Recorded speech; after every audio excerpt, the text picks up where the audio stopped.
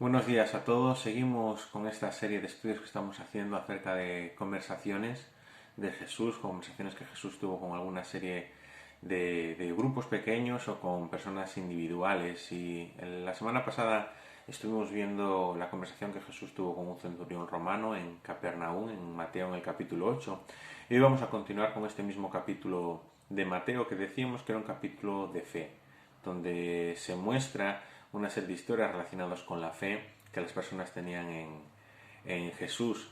Y este capítulo 8 y también la primera parte del capítulo 9 nos muestra tres historias que nos hablan acerca de personas que tenían una fe verdadera en Cristo, y nos muestra también otras tres historias que nos muestran de personas que tenían una fe que falla, una fe falsa en Cristo.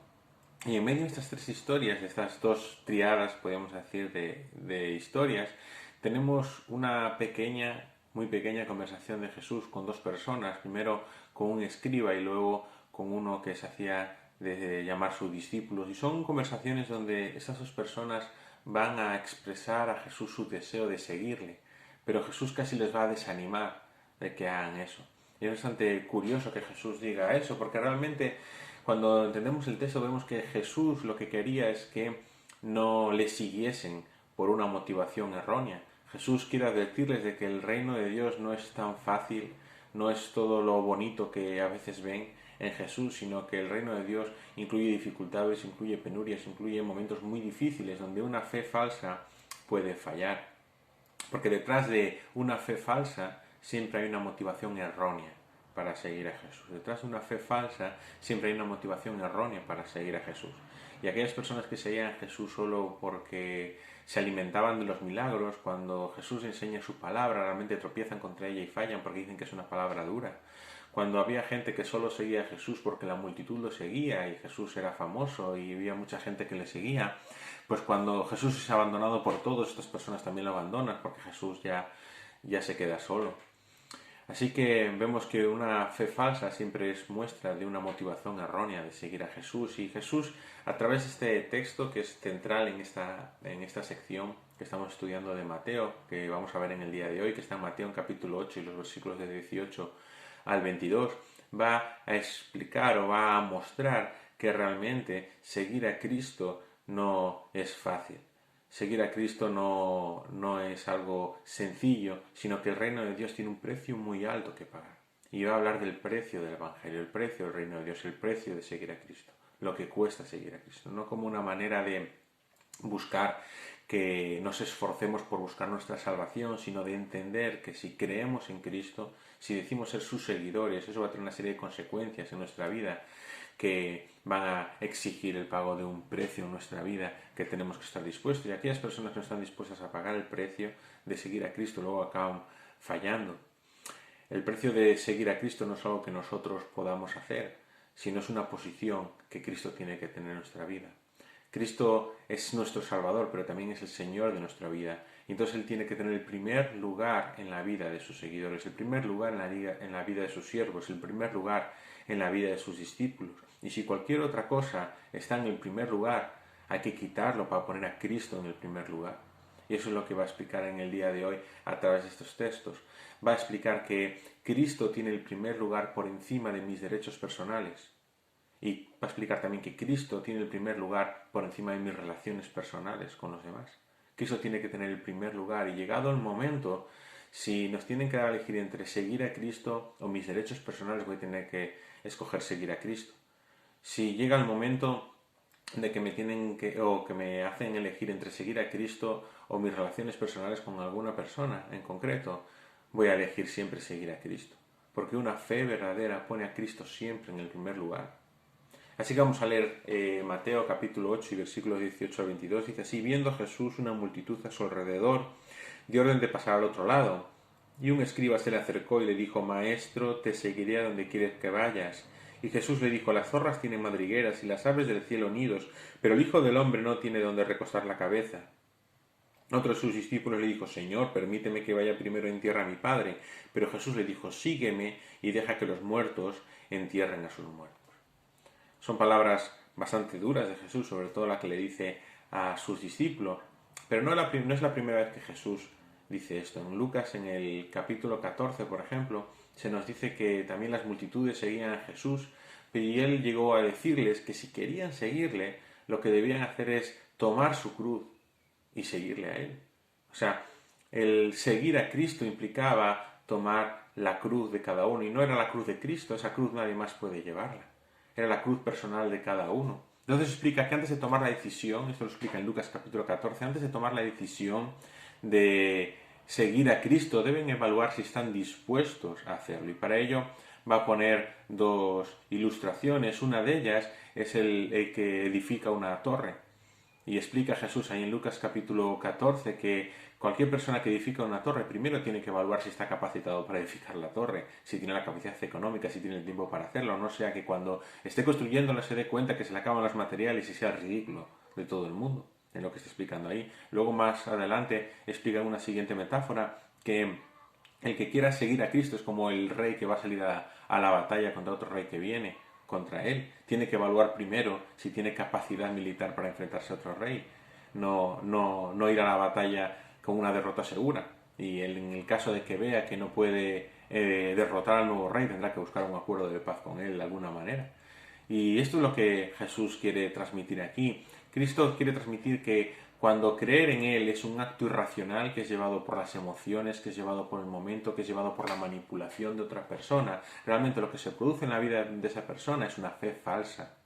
Una fe falsa que se va a quebrar y que se va a romper y que va a mirar atrás cuando lleguen los momentos de dificultad. En cambio, cuando somos convencidos por el Espíritu Santo de nuestro pecado y cuando tenemos la convicción de seguir a Cristo y ponemos a Cristo en el primer lugar de nuestra vida y ponemos el resto de las cosas del segundo lugar para abajo, en ese momento creemos en Cristo y en ese momento entendemos el precio de seguir a Cristo y en el momento de la dificultad, en el momento de la prueba, Cristo será el primer lugar y podremos tener una fe verdadera.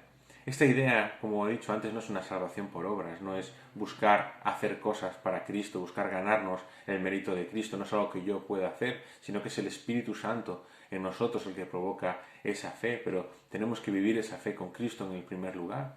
Si ponemos cualquier otra cosa por encima de Cristo, estamos teniendo una fe frágil que se va a romper. Entonces Jesús, cuando se le acerca esta primera persona, este primer escriba, lo primero que le va a explicar o va a enseñar a los que le siguen a través de esta conversación es que Cristo tiene que estar por encima de nuestros derechos personales. Cristo tiene que estar por encima de nuestros derechos personales. Y el primero que se le acercó, como decíamos, es un escriba. Y es un poco raro que se le acerque un escriba, porque en todos los evangelios los escribas eran enemigos acérrimos de Cristo. Continuamente estaban atacándolo, continuamente estaban poniendo pruebas, estaban buscando alguna manera de encontrar un fallo, encontrar un error en la doctrina de Jesús para echárselo en cara y atacar. Y Jesús, este escriba se acerca a Jesús y se acerca de una manera que nos puede parecer tremendamente sincera, porque se acerca diciendo: te seguiré a donde quiera que vayas. Te seguiré a donde quiera que vayas. Este escriba, le dice esto a Jesús, porque Jesús estaba moviendo de un lado al otro continuamente. En este capítulo 8 y en principio del capítulo 9 encontramos a Jesús cerca del mar de Galilea, y ahí 2 veces va a cruzar el mar para ir a la tierra de Gadara y luego para volver a Capernaum. Y ese escriba que ve que Jesús va de un lado a otro, que va a cruzar el lago en barco, que luego va a Jerusalén, va de un lado a otro, se ofrece a Jesús a seguirlo a cualquier sitio que Cristo vaya, como un buen discípulo. Y aunque pueda parecernos que es una proposición sincera, el Evangelio de Juan en el capítulo 2 nos dice que mucha gente seguía a Jesús, pero Jesús conocía el corazón de las personas. Conocía quién le seguía de una manera sincera, porque realmente tenía una fe verdadera, y quién le seguía por una razón equivocada. Se nos dice ahí en Juan 2:25, y no tenía necesidad de que nadie le diera testimonio del hombre, pues él sabía lo que había en el hombre. Esto nos da muestra de la divinidad de Cristo. Solo Dios puede saber lo que hay en el corazón de un ser humano. Y Cristo sabía lo que había en el corazón de los hombres. Cuando todas estas multitudes se acercaban a Él, Jesús sabía quiénes eran verdaderos discípulos, quién eran verdaderos seguidores de Él, quién eran personas que realmente se habían arrepentido, veían en Cristo el Mesías, y quién simplemente veían en Cristo un obrador de milagros, veían en Cristo a alguien que atraía multitudes, o veían en Cristo, alguien con el cual tener buena influencia o intentar, digamos así, beneficiarse de sus milagros. Porque había seguidores de Jesús que solo les gustaba lo bueno de seguir a Jesús. Lo bueno de seguir a Jesús era poder alimentarse de sus milagros, ver cómo enseñaba y cómo contradecía a los fariseos, ver cómo sus sanaciones milagrosas hacían que los ciegos cobrasen vista, que los cojos anduviesen, que los leprosos fuesen curados. Eso estaba muy bien y mucha gente le gustaba eso y por eso mucha gente seguía a Jesús. Pero realmente el reino de los cielos, que realmente es el llamado que encontramos en Mateo en el capítulo 5 en el inicio del Sermón del Monte, el reino de los cielos es un lugar lleno de contrastes. Porque el reino de los cielos es un lugar de gozo, pero se nos dice que hay lágrimas. El reino de los cielos es un lugar de amor, pero los que pertenecen al reino de los cielos son odiados por el mundo. El reino de los cielos es un hogar, se nos dice, pero Jesús va a decir que él mismo no tenía ni un lugar donde recostar su cabeza. El reino de los cielos es luz, pero es luz en mitad de las tinieblas de este mundo. El reino de los cielos es para aquellos que tienen hambre y sed de justicia en medio de un mundo injusto. El reino de los cielos tiene tesoros eternos, aunque sus miembros puedan vivir en esta tierra en la mayor de las pobrezas. Y Jesús quiere evitar que estas personas que quieren seguirle lo hagan por las motivaciones correctas. Realmente Jesús no solo buscaba que la gente tuviese una fe verdadera y creyese en él y se arrepintiese, sino buscaba que la gente no cayese en una falsa fe, que no cayese en la mentira. Y él no quiere que estas personas le sigan por motivaciones incorrectas, porque él sabe lo que hay en su corazón, sabe perfectamente que la motivación de este escriba no es seguirle porque tenga una fe correcta en Cristo, de la misma manera que sabía lo que había en el corazón del joven rico. A pesar de que el joven rico viniera con muchas ansias de querer heredar la vida eterna, Jesús sabe que en su corazón hay amor por las riquezas y por eso le dice que venda todo y se lo dé a los pobres. Jesús va a ser claro con el llamamiento del Evangelio. El Evangelio lo requiere todo. El Evangelio lo requiere todo. Cristo no quiere ser una parte importante de nuestra vida, una parte interesante de nuestra vida. Cristo no quiere ser el Señor del domingo, ni el Señor del día de reposo. Cristo quiere ser el Señor de toda tu vida. Quiere ser el Señor de toda mi vida, quiere ser el Señor de la vida de su pueblo, y eso implica todo. Esta es la verdadera fe de aquellos que siguen a Cristo, aquellos que ponen a Cristo en el primer lugar, que Cristo es el Señor de su vida.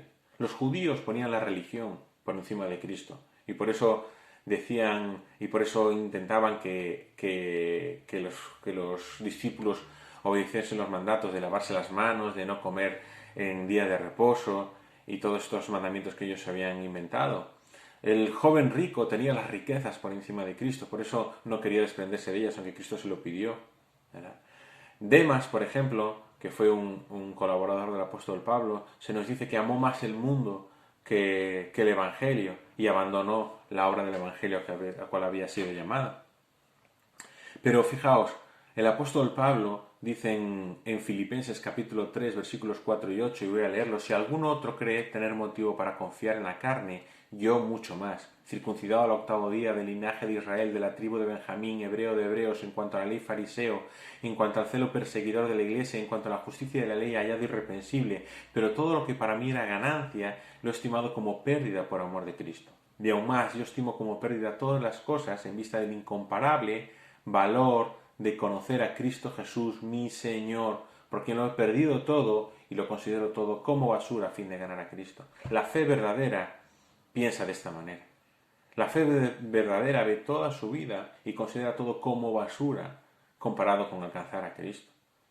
Eso no quiere decir que trate todo como basura, sino que llegado el momento, si le tienen que dar a elegir entre cualquier cosa de su vida o Cristo, va a escoger siempre a Cristo. Fijaos, el apóstol Pablo aquí explica todos los méritos que él tenía humanamente hablando, todo su descendencia como hebreo, su formación como fariseo, su trabajo incansable como perseguidor de la iglesia, que era irreprensible en cuanto a la ley, pero todo eso que para la gente tenía mucho mérito, para los judíos tenía mucho mérito y era algo con lo cual podían sentirse orgullosos, él lo considera como basura, lo tiene como basura con tal de alcanzar a Cristo. Todo lo estimo como pérdida con incomparable valor de conocer a Cristo. Y este debe ser el deseo de todo seguidor de Cristo, el incomparable valor de conocer a Cristo Jesús. Este debería ser el lema de toda nuestra vida, ¿verdad? ¿Para qué vive Pablo? ¿Para qué vive Pedro? ¿Para qué vive cada uno de los discípulos? ¿Para qué vivimos cada uno de nosotros en nuestra iglesia? Debemos vivir para conocer el incomparable valor de Cristo Jesús. El incomparable valor de Cristo Jesús. Y añade, mi Señor, el Señor de mi vida. No el Señor de mi ministerio, no el Señor de mis domingos, no, el Señor de mi vida entera. Porque lo he perdido todo y lo considero todo como basura. Entonces, realmente este debe ser la idea, debe ser la filosofía que rija la vida de cualquier seguidor de Cristo. Y entonces Jesús no quiere que este escriba y que los seguidores suyos lo sigan por motivaciones incorrectas. Entonces le responde a este hombre que le ha dicho que le iba a seguir, le responde, las zorras tienen madrigueras y las aves del cielo nidos, pero el Hijo del Hombre no tiene donde acostar la cabeza. Esta es una frase que tiene un sentido marcado de contraste, ¿verdad? Jesús hace un contraste. Las zorras tienen, los pájaros tienen, pero yo no tengo. ¿A qué se refiere con esto Jesús? Pues se refiere a que los animales más comunes, porque las zorras y los pájaros son bastante comunes en aquella zona, los animales más comunes tienen un lugar que pueden llamar hogar, pero yo, que soy el Cristo, el Mesías, el Hijo de Dios, ni siquiera tengo un lugar donde recostar la cabeza. Jesús era la persona que había en el mundo que tenía más derechos que todos, porque era una persona sin pecado. Él tenía derecho a recostar la cabeza, él tenía derecho a no morir, él tenía derecho a estar en la gloria del Padre, él tenía derecho a ser servido y no servir, él tenía derecho a no tener que bajar a la tierra, a los polvorientos caminos de Palestina y tener que ir a una cruz a sufrir y a morir. Pero él renunció a todos sus derechos por obedecer a su Padre, por cumplir el mandato de su Padre y por llevar toda la gloria a su Padre. Fijaos, el propio apóstol Pablo va a describirlo en Filipenses en el capítulo 2. Haya pues en vosotros esta actitud que también hubo en Cristo, el cual, aunque existía en forma de Dios, no consideró ser igual a Dios como algo a que aferrarse, sino que se despojó a sí mismo tomando forma de siervo y haciéndose semejante a los hombres, hallándose en forma de hombre, se humilló a sí mismo haciéndose obediente hasta la muerte y muerte de cruz. Cristo renunció a todos sus derechos, tanto como Dios como ser humano, con tal de obedecer a su Padre en todo. Vivimos en un mundo donde todos reclaman sus derechos y todos pelean por sus derechos. Por los deberes no lo sé, pero por los derechos todo el mundo los reclama. Y nadie está dispuesto a renunciar a sus derechos. Pero el llamamiento del Evangelio es un llamamiento a que nosotros, los que queremos seguir a Cristo, tenemos que renunciar a nuestros derechos. Si queremos seguir a Cristo, debemos renunciar como Él mismo renunció. ¿Y a qué debemos renunciar? Por ejemplo, tenemos que estar dispuestos a renunciar al derecho a veces a nuestra propia dignidad, cuando somos insultados, cuando somos rechazados, cuando la gente se ríe de nosotros por decir que seguimos a Cristo. Pues rechazamos también nuestros derechos, por ejemplo, o dejamos de lado nuestros derechos a nuestro propio descanso, por ejemplo, cuando después de nuestra jornada de trabajo, en nuestro tiempo libre, decidimos ir a reunirnos con la iglesia para ir a orar y aprender la palabra de Dios, cuando pues podíamos estar haciendo cualquier otra cosa, descansando o quedándonos en nuestra casa. Renunciamos también incluso a nuestra propia vida, cuando por ser cristianos, por identificarnos con Cristo, somos perseguidos y matados. Quizás nosotros en el país donde vivimos pues no tenemos eso, pero a nuestros hermanos en Nigeria, por ejemplo, que son perseguidos y asesinados. Esas personas están renunciando a su derecho a la vida por seguir a Cristo. Porque evidentemente si renunciasen a Cristo y públicamente dijesen que no siguen a Cristo, no los matarían. Pues esas personas, esos cristianos, esos hermanos nuestros están renunciando a su derecho a la vida por ser fiel a Cristo. Porque una fe verdadera implica poner a Cristo en el primer lugar de nuestra vida, incluso por encima de nuestros derechos. Es lo primero que enseña Jesús. Lo segundo que enseña Jesús con la conversación que va a tener con el otro discípulo es que el Evangelio implica poner a Cristo por encima de nuestras relaciones personales. Fijaos cómo dice, y Jesús, versículo 21, otro de los discípulos le dijo, Señor, permíteme que vaya primero y entierre a mi Padre. Pero Jesús le dijo, sígueme y deja que los muertos entierren a sus muertos. Primero tenemos que entender el contexto. Este discípulo que sigue a Jesús no le está pidiendo a Jesús ir al entierro de su padre, no es que su padre muriera recientemente o que estuviera moribundo, ¿vale? No se refiere a eso, ni tampoco es un llamado a abandonar las responsabilidades familiares. Más adelante en el Nuevo Testamento, el apóstol Pablo en 1 Timoteo 5 va a explicar que las personas mayores, va a hacer la referencia a las viudas, son responsabilidad de los hijos y de los nietos que tienen que cuidar de ellos, ¿vale? No es un abandono de las responsabilidades familiares. Lo que realmente le está pidiendo este hombre es que quiere ir unos años a vivir a casa de sus padres mientras su padre aún no haya fallecido, porque realmente aún no estaba para fallecer, quiere ir unos años, estar los últimos años con él para no causar un daño, para no causar tristeza en la vida de su padre. Y luego cuando ya su padre haya muerto y ya su padre no esté en esta vida, pues sí, se va a dedicar al 100% a seguir a Cristo. Esto muchas veces sigue ocurriendo hoy mismo, cuando muchas veces personas jóvenes dicen, bueno, mientras soy joven no quiero ser cristiano, no quiero ir a la iglesia, prefiero disfrutar de la vida, prefiero hacer otras cosas y luego ya, bueno, más adelante seguiré a Cristo, ¿verdad? O cuando quizás haya personas en nuestra vida que rechazan abiertamente que seamos cristianos y puede haber personas que dicen, bueno, primero no voy a ir a la iglesia, no voy a ser cristiano porque mi familia entonces me va a rechazar, o mis amigos pues dejarán de hablarme o empezarán a reírse de mí, o aunque no me rechacen directamente pues dejarán de considerarme su amigo como antes. Y esto nos ilustra un rechazo personal. Jesús mismo, cuando está hablando en la última cena con sus discípulos, le dice que el mundo les va a odiar, que las personas que no creen en Cristo, que no han sido regeneradas, realmente van a rechazarles igual que rechazaron a Cristo. Y aquí Jesús en su respuesta dice, deja que los muertos entierren a sus muertos. No se está refiriendo a la muerte de su padre, sino está refiriendo que las personas muertas espiritualmente, las personas que no creen en el Evangelio, no deben ser aquellas que determinen cuál es nuestra respuesta espiritual a Cristo. Solo Cristo debe determinar esa respuesta. Jesús es tajante, sígueme y deja que esos muertos dejen a sus muertos. Le está diciendo que no debe dejar que estas personas dirijan su vida, sino que es Cristo el que tiene que dirigir su vida. Si dice ser seguidor de Cristo, Cristo tiene que ser el que marque el camino por el cual debe seguir. No debe ser su familia, no debe ser sus amigos, por mucho rechazo que pueda recibir de ellos. Cristo tiene que estar por encima de cualquier relación personal que tenemos. Aunque poner a Cristo en primer lugar implique el rechazo familiar, Jesús mismo sufrió el rechazo de su propia familia, que llegó a decir de él que estaba fuera de sí. Los discípulos recibieron el rechazo de su propio pueblo, ¿verdad? Los líderes judíos rechazaban a estos discípulos, incluso algunos de ellos llegaron incluso a morir. Cristo tiene que estar por encima de cualquier relación personal, con la convicción de que puede ser algo muy duro, pero con la convicción también de que en Cristo recibiremos mucho más de lo que hemos perdido. Jesús, en cuanto a este tema, Mateo 19, va a responder a sus discípulos, y todo el que haya dejado casas o hermanos o hermanas o padre o madre o hijos o tierras por mi nombre recibirá 100 veces más y heredará la vida eterna. Este texto realmente lo que quiere mostrar es que en Cristo nadie queda desamparado. Ningún hijo de Dios en Cristo queda desamparado. Porque a pesar de que el mundo nos desampare, incluso nuestras amistades, incluso nuestra propia familia, en Cristo tenemos amparo y recibimos 100 veces más. Y heredamos la vida eterna. ¿Por qué heredamos la vida eterna? Porque realmente el hecho de poner a Cristo en el primer lugar por encima de cualquier relación personal es una muestra de una fe verdadera, y la fe verdadera tiene como resultado la vida eterna. Así que, hermanos, en conclusión a todo esto, Cristo es nuestra heredad.